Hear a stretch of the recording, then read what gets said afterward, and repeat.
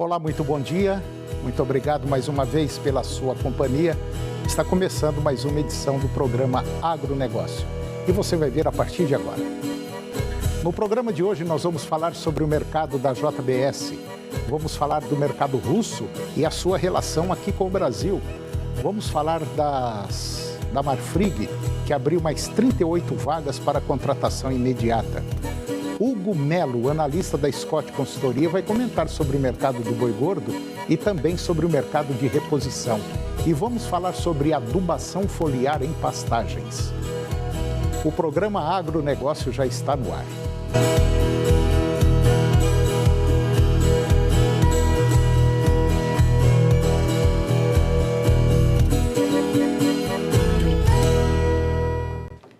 Eu começo o programa de hoje falando sobre vagas de emprego. A Marfrig, líder global em produção de hambúrgueres e uma das maiores empresas de carne bovina do mundo, está anunciando agora 38 vagas de emprego na unidade de Mineiros, em Goiás. As oportunidades são para funções de serrador, de abate, magarrefe, desossador, lombador, auxiliar operacional e auxiliar administrativo. Existem vagas destinadas também a pessoas com deficiência. E os candidatos selecionados terão como benefícios plano de saúde, plano odontológico, vale alimentação e também seguro de vida. O processo seletivo já está aberto e termina em 20 de maio. Os interessados devem comparecer no endereço Rodovia GO 341, quilômetro 10, Zona Rural, de segunda a sexta-feira, das 5 às 7h30 da manhã. É necessário levar currículo e documentos pessoais. Também é possível realizar a candidatura pelo site da Marfrig na seção Trabalhe Conosco. O site é www.trabalheconosco.vagas.br/Marfrig. E agora vamos falar da JBS, maior empresa do mundo em proteína animal. A JBS, maior empresa de carnes do planeta, disse que os lockdowns relacionados à Covid na China não afetarão a demanda por produtos da companhia no país, embora os efeitos na logística continuem sendo uma preocupação. Pelo menos é o que afirmou a administração da companhia em conferência com analistas. Durante o primeiro trimestre, os estoques de carnes aumentaram nos Estados Unidos por causa de questões logísticas que também prejudicaram os portos norte-americanos, elevando os custos dessa unidade de negócios. Ainda assim, a China é vista como importadora de carne bovina de longo prazo, devido aos baixos níveis de consumo per capita.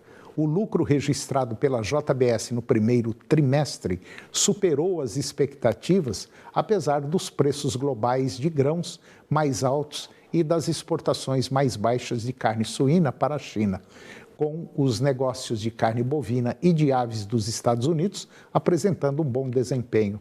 As ações da companhia subiram 1,7% no início do pregão em São Paulo, mas depois reduziram quase todos os ganhos em R$ 35,9. E agora vamos comentar sobre o mercado russo com o Brasil. Apesar das sanções econômicas impostas por diversos países ocidentais contra a Rússia, o Brasil segue comprando e recebendo fertilizante do seu maior fornecedor. Saiu uma reportagem no jornal americano The New York Times revelando que os compradores conseguiram encontrar maneiras de contornar esses obstáculos, incluindo o uso de um banco russo excluído das sanções e a ajuda do Citigroup lá em Nova York. O Brasil está reabastecendo seus estoques de fertilizantes com a ajuda da Rússia, assim como o gás russo que flui através de gasoduto para a Europa. Centenas de milhares de toneladas de fertilizantes da Rússia chegaram ao Brasil desde a invasão. E mais fertilizante está a caminho. Nas últimas semanas, revela o jornal norte-americano, uma grande empresa russa de fertilizantes vendeu mais de 165 mil toneladas de potássio para clientes brasileiros, com embarques previstos para junho, segundo um executivo envolvido nas transações que não estava autorizado a falar publicamente. Esse valor já era metade do potássio russo que havia chegado ao Brasil agora em junho de 2021. E agora vamos falar de um relatório estatístico. De acordo com o relatório estatístico da Associação Brasileira da Indústria de Café Solúvel, a ABICS, as exportações nacionais do produto recuaram 4,7% no primeiro quadrimestre de 2022, somando o equivalente a 1.221.000 sacas de 60 quilos. No mesmo intervalo do ano passado, o país remeteu 1.282.000 sacas. Conforme os números levantados, o desempenho negativo reflete os impactos da guerra entre Rússia e Ucrânia, cujas importações do café solúvel brasileiro juntas caíram 65.500 sacas de janeiro até o final de abril. Segundo a Associação da Indústria Brasileira de Café Solúvel, considerando que nossas exportações totais recuaram 60.800 sacas no quadrimestre, essa baixa na performance até o momento se justifica pela quantidade que deixamos de exportar a essas nações do leste europeu desde o início do conflito. À medida que a guerra se alastra, ele entendeu que os impactos deverão ser significativos, uma vez que Rússia e Ucrânia são tradicionalmente grandes clientes do café solúvel brasileiro. Em 2021, esses países ocuparam, respectivamente, a segunda e a sétima posições no ranking dos principais destinos do produto. As duas nações são responsáveis por praticamente 13% do volume remetido pelo Brasil ao exterior, tendo importado no ano passado o equivalente a 534.000 sacas de café solúvel, o que gerou uma receita cambial de 94 milhões de dólares. E agora vamos comentar sobre o mercado de exportação brasileira de café, que no primeiro quadrimestre deste ano, o Brasil exportou seus cafés solúveis a 99 países, com os Estados Unidos sendo o principal cliente. Os norte-americanos importaram 234.700 sacas até o mês de abril, o que representa 19,2% do total. Atrás dos Estados Unidos vem a Rússia. Mesmo com o recuo de 29,5% nas compras, ainda se mantém no segundo lugar, adquirindo 83.800 sacas, ou seja, quase 7% de tudo que o Brasil exportou. Na sequência vem a Argentina com 82.000 sacas, a Indonésia 72.000 sacas, Japão com 71.000 e o que merece destaque ainda é o desempenho de Mianmar, que com a importação de 70.000 sacas, evoluiu em 70% as suas aquisições de café solúvel nacional e saltou para o 6º lugar no ranking e respondendo por 5,8% do total que o Brasil exportou. O consumo de café solúvel aqui no Brasil, de janeiro até final de abril deste ano, avançou 1,2%. Os brasileiros consumiram o equivalente a 284.200 sacas, acima de 279.000 sacas registradas no primeiro quadrimestre do ano passado. O desempenho vem ao encontro das expectativas e reflete as ações que a ABICS, que é a Associação Brasileira de Café Solúvel, desenvolve com a companhia, com a campanha Descubra Café Solúvel e a aplicação da variedade de produtos, ofertando qualidade e diversidade aos consumidores. E agora vamos falar um pouquinho da movimentação financeira, do lucro da JBS. A JBS reportou agora um lucro líquido de 5.150 bilhões de reais para o primeiro trimestre, uma disparada de 151% ante os 2 bilhões de reais obtidos no mesmo período do ano passado, conforme balanço financeiro. O lucro, antes dos juros, impostos, depreciação, amortização, que é chamado de EBITDA, somou 10 bilhões de reais, um avanço de 46%, ante o intervalo de janeiro a março do ano passado. A receita líquida atingiu 90,9 bilhões de reais no período, aumento de 20,8% no ano a ano. Segundo a JBS, o forte desempenho operacional foi puxado pela unidade da JBS Beef Norte América e pela Pilgrim's Pride. O frango nos Estados Unidos cresceu muito. A volta do food service teve impacto importante na demanda, principalmente a americana por proteína. E quem falou isso foi o CEO global da companhia, o Gilberto Tomazoni, numa entrevista à Reuters. Durante o trimestre, apesar da contínua lentidão dos portos lá dos Estados Unidos, a empresa disse que o volume de carne bovina exportada foi mais de 6% maior que no ano passado. Por outro lado, as vendas de carne suína dos Estados Unidos para a China caíram, com o país agora ocupando o 5º lugar como principal fornecedor desse tipo de proteína para o país asiático.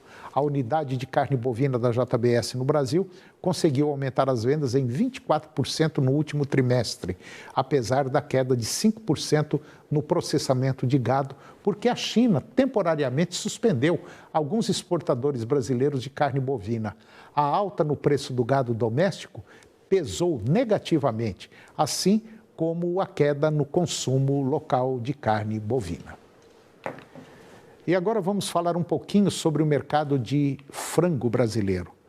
O setor produtivo de carne de frango brasileiro enfrenta enormes desafios para a manutenção de sua competitividade e sustentabilidade devido aos altos custos de produção. Apesar da forte demanda registrada pelo produto, segundo a análise da Associação Brasileira de Proteína Animal, o quadro comercial e de consumo é favorável ao produto brasileiro. Entretanto, o setor vive a sua mais severa crise de custos de produção, com altas superiores a 100% no milho e no farelo de soja, acumuladas ao longo dos 2 últimos anos e com especial impulso neste início de 2022. Pelo menos é o que aponta a ABPA.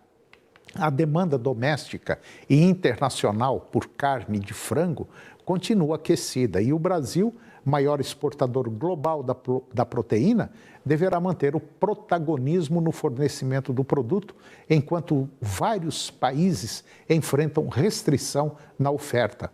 O abate sanitário, resultado dos casos de influenza aviária, tem reduzido a oferta de animais na Europa, América do Norte, Ásia e África. O conflito entre Rússia e Ucrânia pressionou a oferta de grãos no mercado internacional, elevando os preços do milho. E, além disso, a oferta global de carne de frango também caiu, já que a produção ucraniana da proteína foi afetada pela guerra. O Brasil destinou 67,8% dos 14 milhões de toneladas de carne de frango produzidas em 2021 ao mercado interno e 4,6 milhões de toneladas foram exportadas. O consumo per capita de carne de frango aqui no Brasil alcançou 45,5 quilos no ano passado, o segundo maior índice já registrado pelo setor. E depois do intervalo, nós vamos comentar sobre os efeitos da aplicação do adubo foliar volumoso na pastagem. E Hugo Melo, analista da Scott, vai comentar sobre o mercado do boi gordo e também o mercado de reposição. Nós voltamos já, é um minuto só.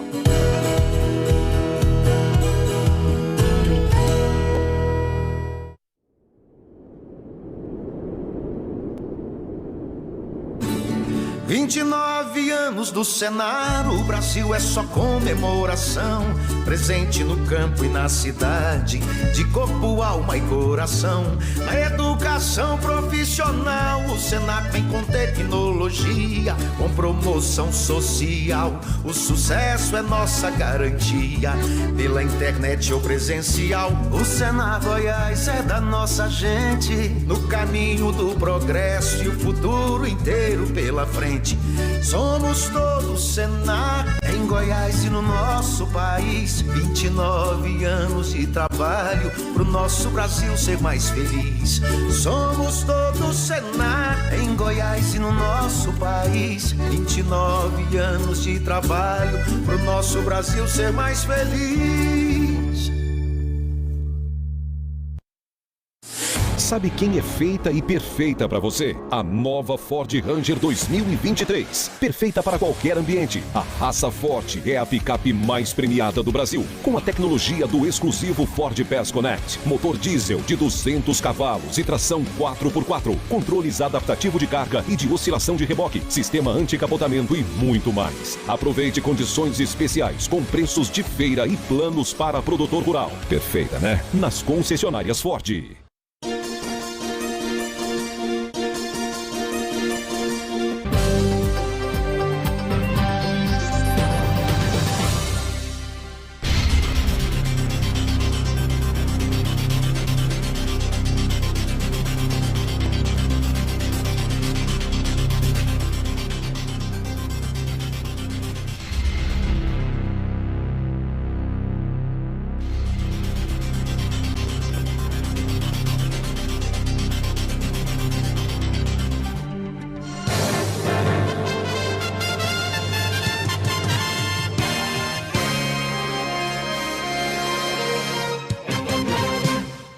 O seu salário já acabou e as contas não param de chegar? A 99,5 FM dá aquela força com a promoção 13º em junho. Você pode faturar um cartão de débito no valor de R$4.000 para comprar o que quiser. Saiba como participar ouvindo a melhor rádio. Promoção 13º em junho na 99,5 FM. Primeiro lugar em audiência. A gente ouve porque gosta. Oferecimento: Cartão Bretas, um mundo de vantagens para você. Faça já o seu. TV Serra Dourada, a TV do seu tempo, o tempo todo com você. A mágica é boa, só não pode tentar enganar o patrão. Olhem só vocês aí. E a carta? Hoje, 10h15 da noite. Faz de novo.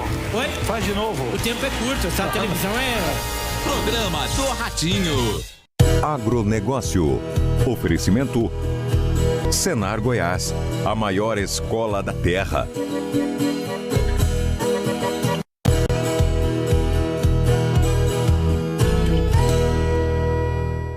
Eu estou de volta ao programa e agora você vai ficar com Hugo Melo. O Hugo é analista da Scott Consultoria e ele vai comentar sobre o mercado do boi gordo e também sobre o mercado de reposição. Confira. Olá a todos, meu nome é Hugo Melo, sou analista de mercado aqui da Scott Consultoria e hoje eu estou aqui para falar um pouco do mercado do boi gordo e também do mercado de reposição, do que vem acontecendo nessas últimas semanas e algumas expectativas. A gente observa que o mercado do boi gordo ele vem sofrendo uma sequência de pressão de baixa no mercado. Esse cenário ele se deve seguir até mais ou menos o fim de maio, e isso muito por conta do início da entre-safra do capim. Então a gente observa aí um menor volume de chuvas, que consequentemente vai diminuir a capacidade de suporte das pastagens. Então a gente vê os produtores desovando um pouco mais os animais, toda essa boiada mais gorda, para não afogar tanto o seu pasto, para não judiar tanto as suas pastagens e consequentemente você tem uma maior oferta desses animais no mercado. Tendo essa maior oferta, obviamente a indústria compradora vai pressionar esses preços para baixo, tentando ali melhorar a sua margem. Já o mercado de reposição, falando aí da média do comparativo semanal de todas as categorias, tanto macho quanto fêmea, a gente observou um recuo médio aí de 0,7%.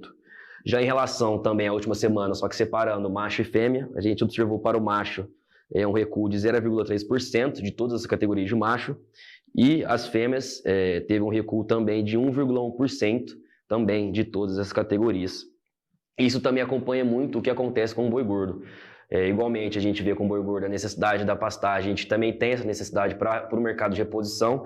Então, também com esse volume de chuva acabando, a entre-safra tomando corpo, a tendência mesmo do mercado andar um pouco mais frouxo, um pouco mais gelado, com preços menores. E o que acontece com o produtor?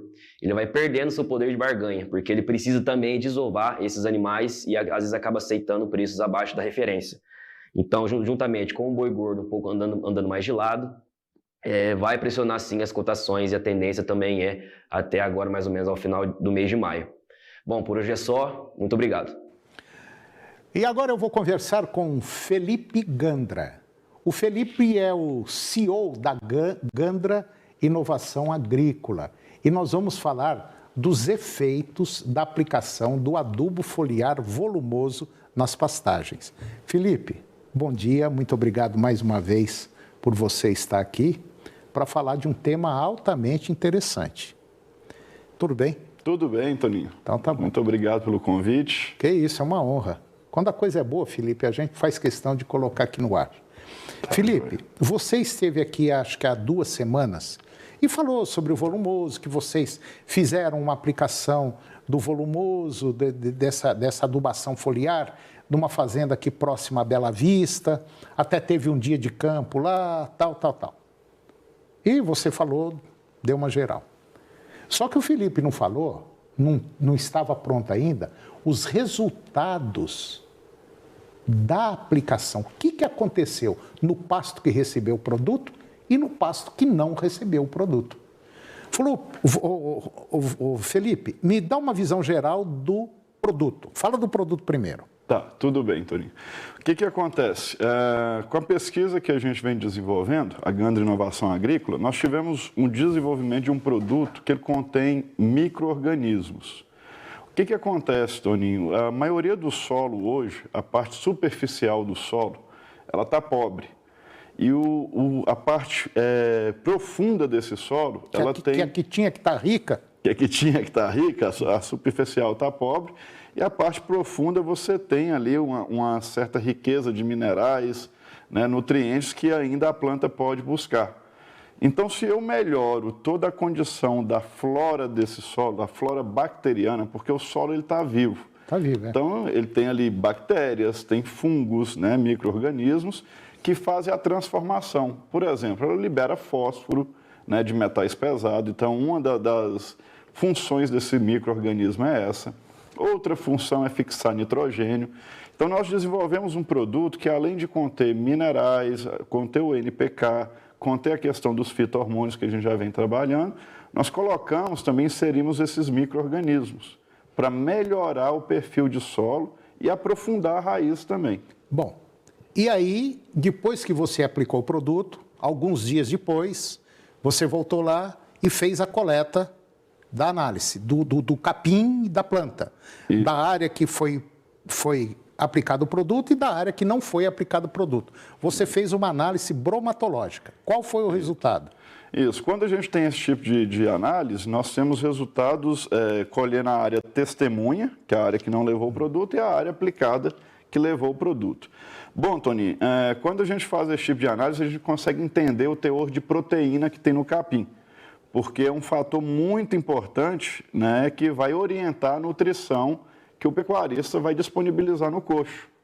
Então, exemplo, a área testemunha, quando a gente colheu, ela tinha 7,76% de proteína bruta contra 11,65% da área aplicada. 4 vezes mais.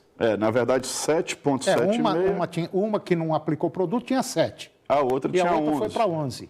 Então... Já é uma diferença... Muito boa. Na hora que eu vejo a proteína solúvel, que é a proteína também depois que vai estar disponível para o animal, porque o capim tem uma proteína e ele tem que estar disponível para o animal. Sim, claro. Ela subiu de 11 para 35, Tony. Aí sim nós tivemos uma alta muito grande. Porque aí, além de eu produzir mais proteína, ou seja, toda forrageira vai ter um limite de proteína. Sim, por exemplo, né, você tem ali uma braquiária que vai produzir 15% de proteína. O negócio é que a gente está trabalhando com ela subutilizada. Nós não estamos expressando o potencial máximo. E quando aplica o produto, aí expressa. Aí expressa o máximo potencial e ela fica disponível para o animal, né, transformar em carne. Só para te ter ideia, o pessoal do laboratório que fez a análise, eles dão um indicativo, por exemplo, de toneladas de capim por quilo de carne produzido. Sim. Na área que não aplicou o produto, nós temos esse indicativo, tá, que ele estaria mais ou menos em torno aí de 8 quilos de capim. Para 1 quilo. 8 quilos de carne para 1 tonelada de capim. Ah, tá. Então, 1 tonelada de capim produziria 8 quilos de carne. Na área onde a gente aplicou o produto, essa conta subiu de 1 tonelada de capim para produzir 19 quilos de carne. Então, aí sim nós tivemos um dobro de produção de carne. Isso vai refletir em economia no coxo, tá? Ou em mais ganho, dependendo de qual que é a estratégia do produtor. A gente sempre está falando aqui de planejamento e estratégia.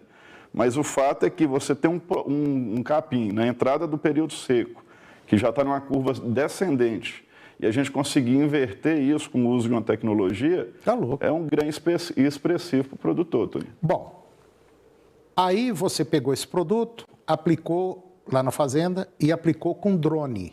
Isso. Por que você aplicou com drone? Olha, Toninho, essa aplicação com drone, ela concentra mais a cauda, ela dá uma economia na questão de aplicação do que com o trator.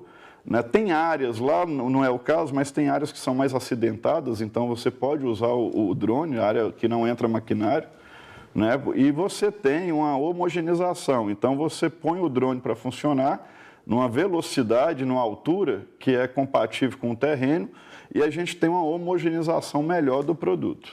E a gente observa o seguinte, quando você aplica com o drone, por incrível que pareça, o drone ele voa baixinho e a hélice em cima e embaixo são os bicos, né, bicos pulverizadores. Então, o vento que é produzido pela hélice joga o produto no chão. Então, ele não espalha. Ele joga direto e gruda ali na planta. É um negócio fantástico que eu estava observando isso aí. Isso mesmo. É bem diferente da aplicação aérea com avião, por exemplo. Sim.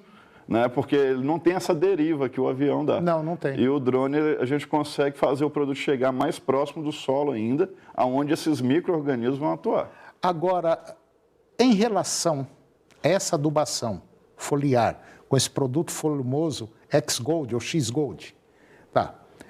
Eu não posso estar saindo adoidadamente aplicando isso aí não, né? Não, Toninho. Na verdade, isso tudo é um planejamento. Quer dizer, você tem que fazer um propósito para a sua propriedade. Você tem que fazer um planejamento. Sim. Não posso sair... Não, a primeira coisa que a gente vem falando é a análise de solo, né, para a gente entender o que precisa repor. Sim, o produto contribui, vai até fazer uma economia nessa correção de adubação de solo, tá? Mas, porém, a gente precisa dessa análise para medir os parâmetros. É igual a bromatológica, eu só consigo te falar que aumentou a proteína porque eu tenho uma coleta e uma análise, né, para te passar. Então, a partir disso aí, depois do solo seria a bromatológica, e aí você vai avaliar qual que é o tipo de nutrição que você vai dar para esse animal.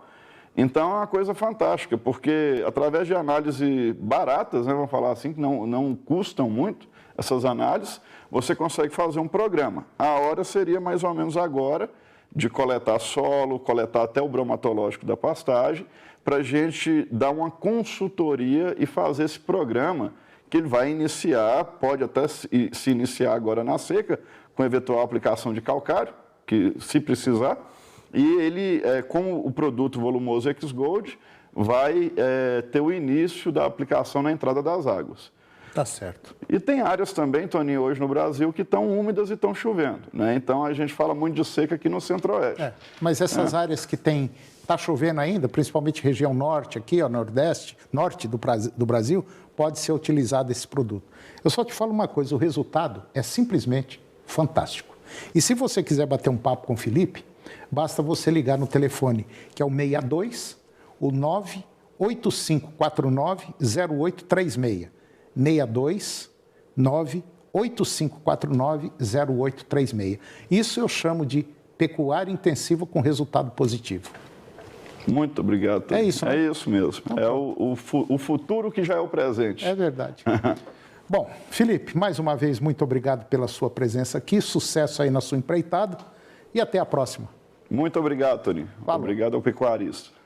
E o programa de hoje chegou ao fim. E eu termino com a seguinte frase. O dinheiro não é a coisa mais importante do mundo, mas afeta todas as coisas que são importantes. Um grande abraço, muito obrigado pela sua companhia, que Deus os abençoe e até o próximo programa. TV Serra Dourada SBT Goiânia, o jornalismo a serviço da comunidade em todos os momentos. Hoje, a partir das 11h30 da manhã, no Jornal do Meio-Dia. A seguir, Primeiro Impacto, continuação.